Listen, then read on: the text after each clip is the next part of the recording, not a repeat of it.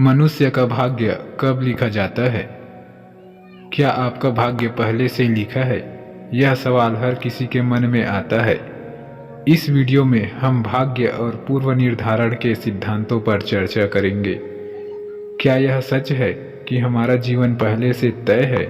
हमारे जीवन में कई घटनाएं होती है जो हमें यह सोचने पर मजबूर करती है कि क्या यह सब भाग्य का खेल है। इस भाग में हम भाग्य के विभिन्न पहलुओं और सिद्धांतों का विस्तार से अन्वेषण करेंगे। क्या विज्ञान और धर्म इस पर क्या कहते हैं? हम एक महत्वपूर्ण मोड़ पर पहुंचेंगे जब हम जानेंगे कि मनुष्य की इच्छाएं और प्रयास भाग्य को बदल सकते हैं। हमने देखा है कि भाग्य और स्वतंत्र इच्छा के बीच एक जटिल संबंध है।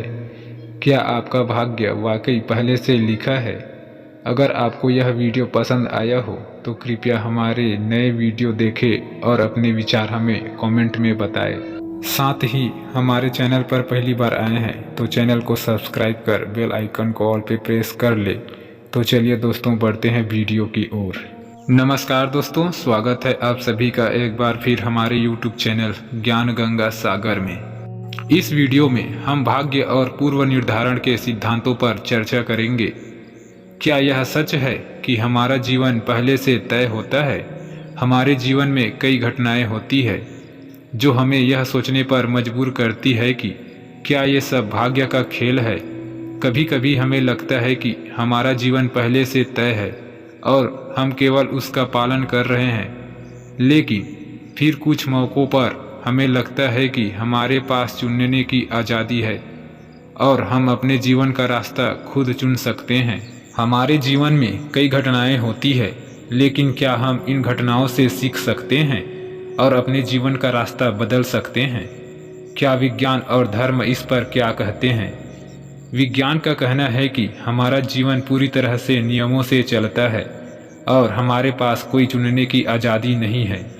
लेकिन धर्म का कहना है कि हमारा जीवन पहले से तय है और हम केवल उसका पालन कर रहे हैं।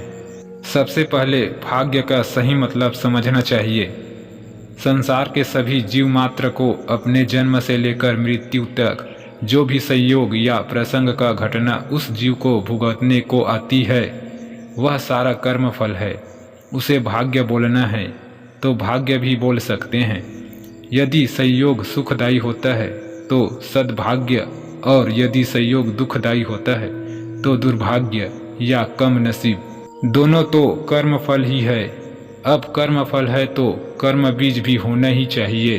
कर्म बीज उसने गत अवतार यानी कि करीबन 70 से 80 साल पहले बोए थे।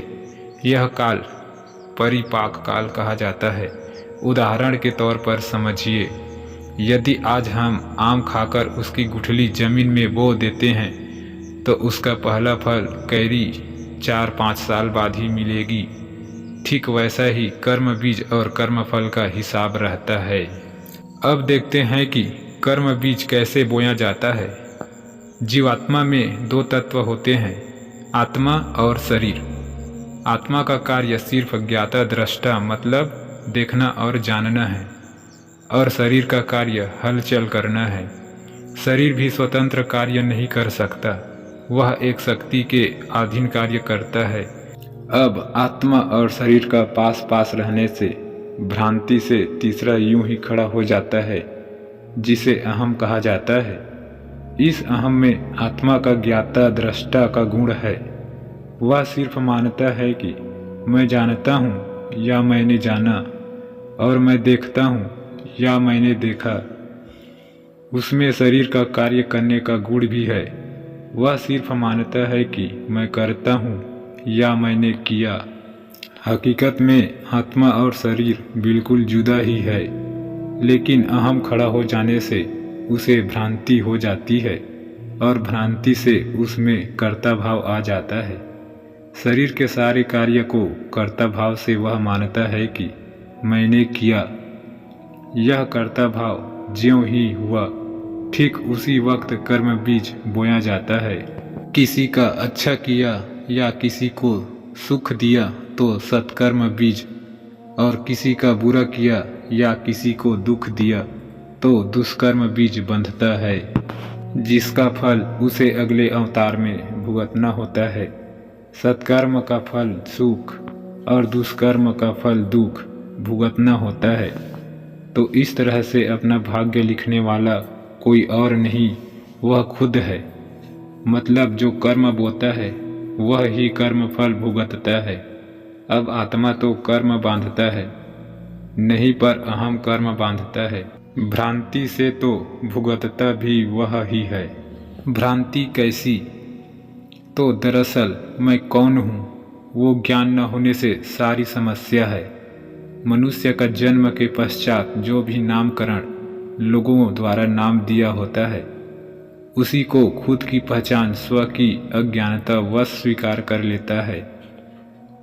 यह अहम के कारण मनुष्य मरते दम तक कर्मफल भुगतता है और कर्ता भाव के होने से नया कर्म बांधता है जो उसे अगले जन्म में भुगतने का होता है।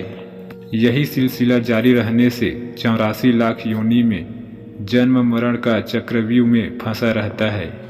इस जन्म मरण के चक्रव्यूह से निकलने का उपाय मैं कौन हूँ प्रश्न का सही उत्तर प्राप्त करना और उसके साथ साथ यह दुनिया कैसे चलती है या इसका चलाने वाला कौन है यह भी जानना जरूरी है।